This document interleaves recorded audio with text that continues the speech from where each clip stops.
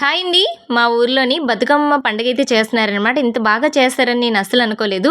ఏంటంటే బయటని మనం టీవీలో చూడడమే తప్ప గాని రియల్‌గా మా ఊర్లో చేయడం అయితే ఇదే ఫస్ట్ టైం అనమాట. చూస్తున్నాం మేము గూడాన.